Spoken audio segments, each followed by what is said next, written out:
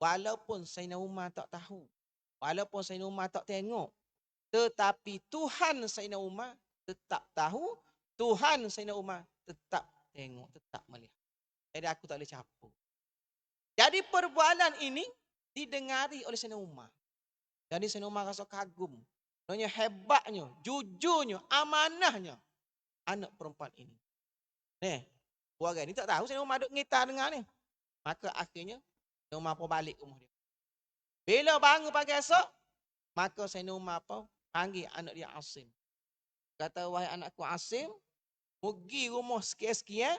Di rumah tu ada anak perempuan. Mu pilih, mu kahwinilah anak perempuan itu. Yang Asim ni, walaupun dia tak kenal pun, tapi nak rakyat zaman dulu ni ikut ayah. Ayah kata segi pilih, gini kok, ini.